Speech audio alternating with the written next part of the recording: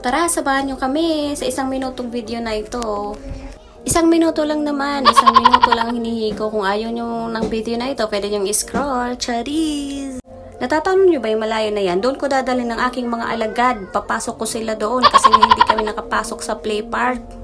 Tatanga-tanga ba naman tong Realy na to? Akala mo, kailangan pagpapasok ka, kailangan may bala ka. Alam mo kung ano yung papasukan mo. Sorry kasi hindi ko alam eh. Kailangan pala mag-register. Tapos isang bata, isang guardian. Tsaka kailangan may medyas. So kami, hindi kami ready. Kaya yun, hindi kami nakapasok. Wala kami bala. Pasensya lang, susunga-sunga ako eh. Pero ganun talaga. Kailangan mo muna maging tanga bago ka matauhan, di ba? Isang guardian daw, isang bata, 3 dala ko, tapos isa lang ako. Paano mangyayari yun? Paano makakapasama? Di isa lang ipapasok ko, ganon. So sa susunod, magdadala ako ng maraming bala para may pananggala ako, makapasok na din sila, ganyan.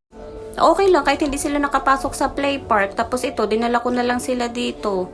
Kasi dito ako naggagawin pagtapos na ako mag-jogging, mag-exercise. So dito, bang bawi ka na kahit yung mga views lang, maluwag talaga. So ayan, to sawa kayo, takbuhan sila dyan. Oh. Kita mo, nag-enjoy naman sila. So last December kasi, nagpunta kami dyan. Ang daming tao as in, ang dami-dami. Hindi kami nakapagpa-picture kasi nga punong-puno. Kasi nga bago pa lang yung mga views nila. So ayan lamang. Thank you for watching. Thank you sa inyong panonood. Thank you so much.